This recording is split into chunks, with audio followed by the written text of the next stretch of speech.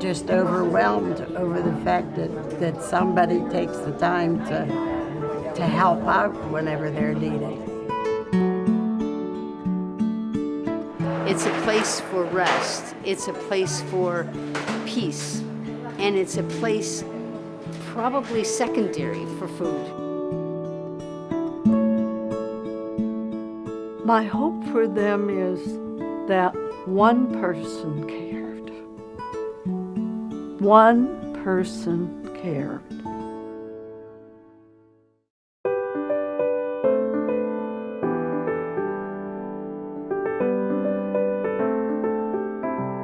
Emmaus opened its doors on January 9th, 1974. Our motto is food for the body and care for the soul. Emmaus is primarily a soup kitchen, which feeds over 200 people every day, a food pantry, which provides emergency food to over 650 families a week, and an after-school program for at-risk children, which supports approximately 50 to 60 children every day. Our mission is to care for the most marginalized in Erie and the people who might not be recognized or might be ignored.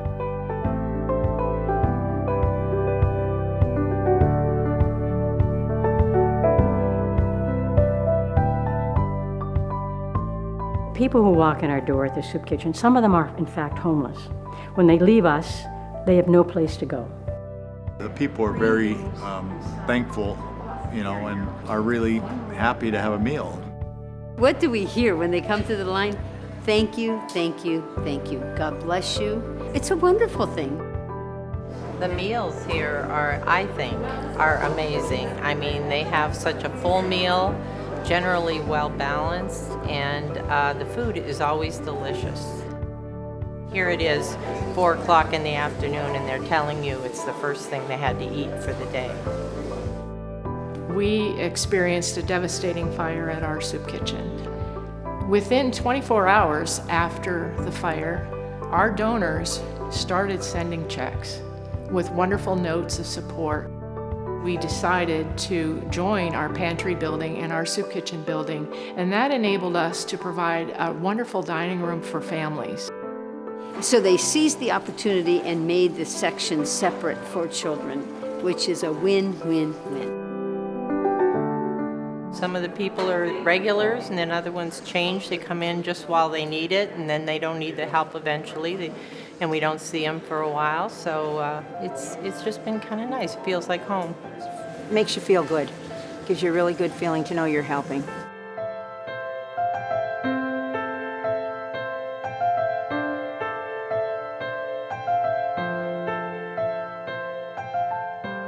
Monday mornings and Tuesday mornings from Second Harvest. The truck pulls up. The volunteers are unloading the food. It takes us about an hour to get ready in the mornings. By the amount of quantity of food we give out to people, we are not giving them enough to eat for the whole week, but we're supplementing what they do have. And a lot of the people, I think they really need it. We say we serve maybe 325, but we have like over 1,000 on the list. You get to know their families when they're starting school, when things have gone bad, when they get a new job. Then our guys that work over there, they break into songs, so we have songs going. So I think it's a wonderful spirit. And it is our ministry, and part of our ministry as Benedictine sisters is to serve God's poor. I says they come in as strangers, they leave as family, that's what we're about. Women had different needs, particularly with children. And so we hired Sister Roseanne to be our woman's advocate. I interview women who come for help with rent, gas, electric. Sister Roseanne and I work together, and there's a presence in 5 days a week. She does focus more with women and children, and I would then be working with the males who come through here, maybe single women, or someone we just refer back and forth. Our holy rule starts with the words, "Listen with the ear of your heart." There isn't anyone you couldn't love once you've heard their story.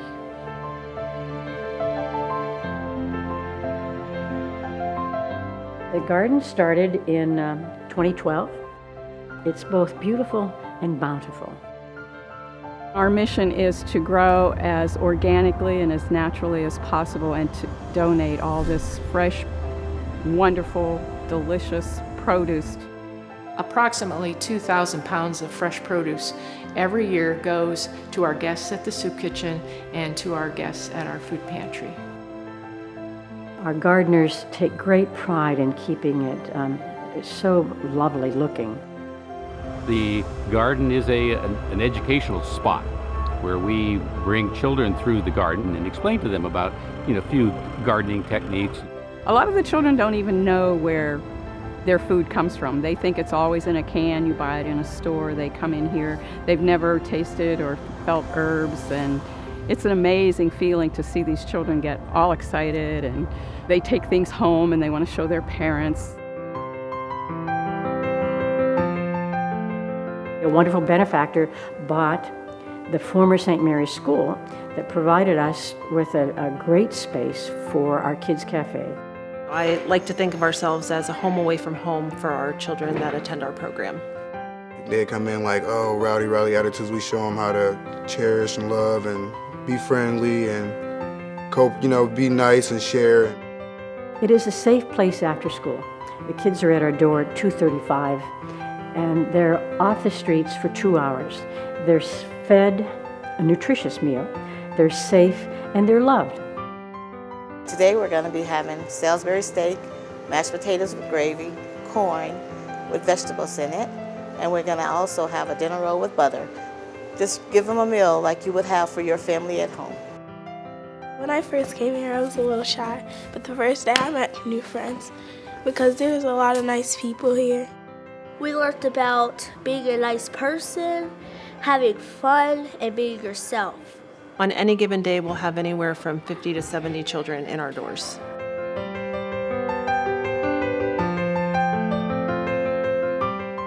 Every week or so, we open the office as a store, and the kids come in and they can buy school supplies or backpacks or snacks. I like working with kids. This is something that I really like doing.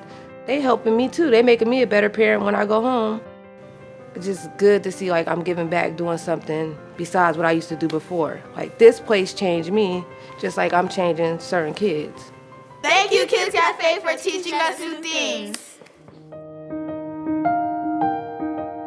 The volunteers are just wonderful. As I said, they're a gift to us, and we couldn't do it without them. Emmaus has almost 300 dedicated volunteers. Some come monthly, some come weekly. It's because they love what they're doing. They really love the ministry. And so we're glad that we have this opportunity that they can do this with us. We've been very blessed, very, very blessed. It's the commitment of the staff at Emmaus that keep this place going. They're here every day. They're the driving force of what Emmaus is.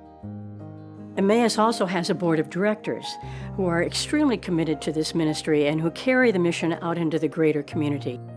This place is run by people day in and day out who want to just do one thing, and that's give to another person. The sisters love each and every one of these people. They truly care about their well-being, and they're just so loving. We're committed to peace, we're committed to justice, and we are committed to living the gospel.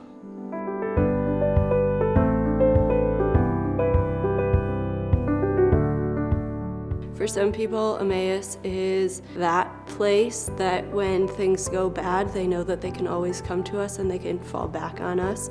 For some people, Emmaus is home and Emmaus is family. Without Emmaus, I think that tomorrow would be a very, very bleak place for many people. It's just an amazing feeling that you get, and you want to do more and more and more.